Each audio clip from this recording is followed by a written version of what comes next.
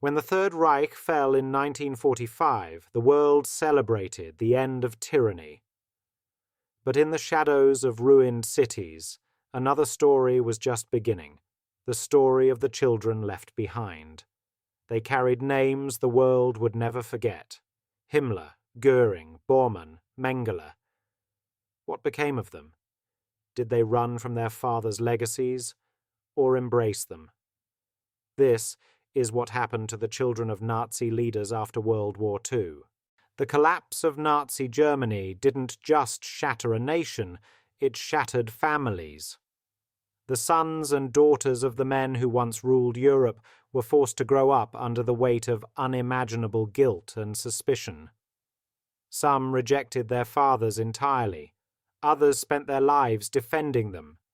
Each of their stories reveals a different face of post-war Germany, a land caught between memory and denial, guilt and survival.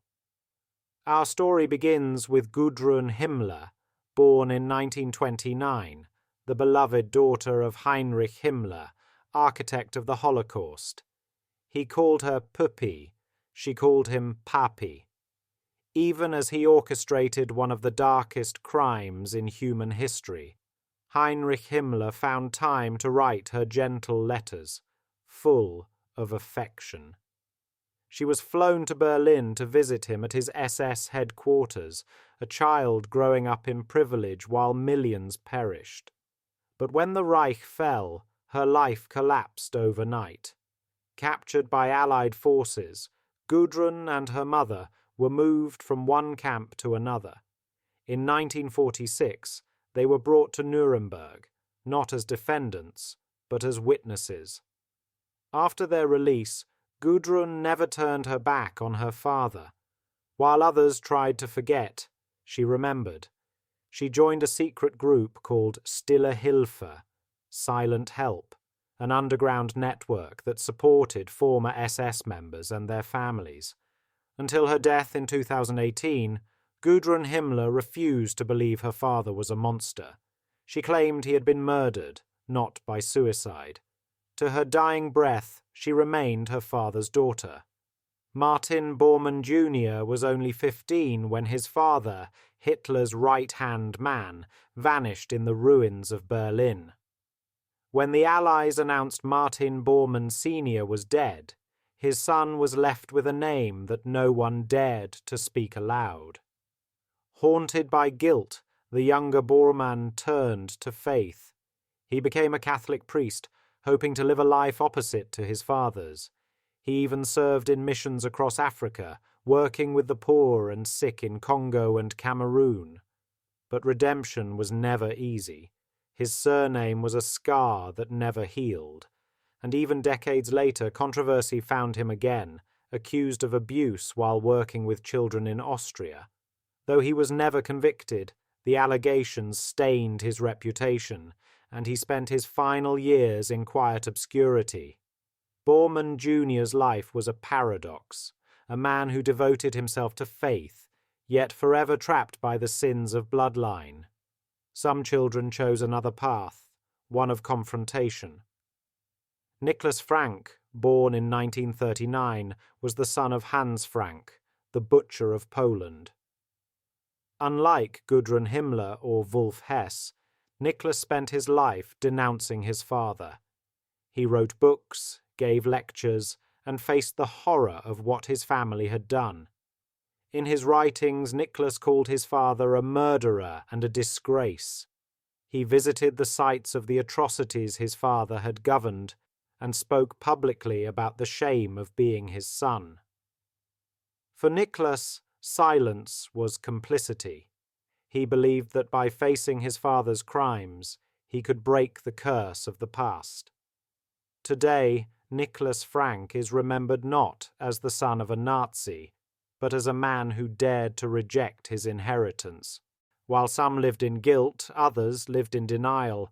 Edda Göring, the only daughter of Hermann Goering, grew up in palaces, surrounded by stolen art and servants. Her father was one of Hitler's closest allies, a war hero turned war criminal. After the war, Edda lost everything. Her father was sentenced to death but took his own life before the execution. And yet, Edda never condemned him. She lived quietly in Munich, refusing interviews for decades, but when she did speak, she said something that stunned historians. "My father was a good man," she said. "He loved me, and I loved him." Even as late as the 1980s, she fought legal battles to reclaim the art and property her family had lost. To the end, Edda Göring saw herself not as the daughter of a monster, but as the victim of history. Few names evoke more horror than Wolf Mengele, the angel of death of Auschwitz. But what about his son? Rolf Mengele grew up in post-war Germany, believing his father had died a soldier's death. It wasn't until he was a teenager that he discovered the truth, that his father had performed human experiments on prisoners. In 1977, Rolf traveled to South America to confront him. When they met, Wolf Mengele showed no remorse. He defended his crimes, claiming he was only following orders. Rolf left the meeting shattered. He later said, "I could never forgive him, but I couldn't betray him either. He kept his father's location secret until Wolf Mengele died in exile, a fugitive who escaped justice.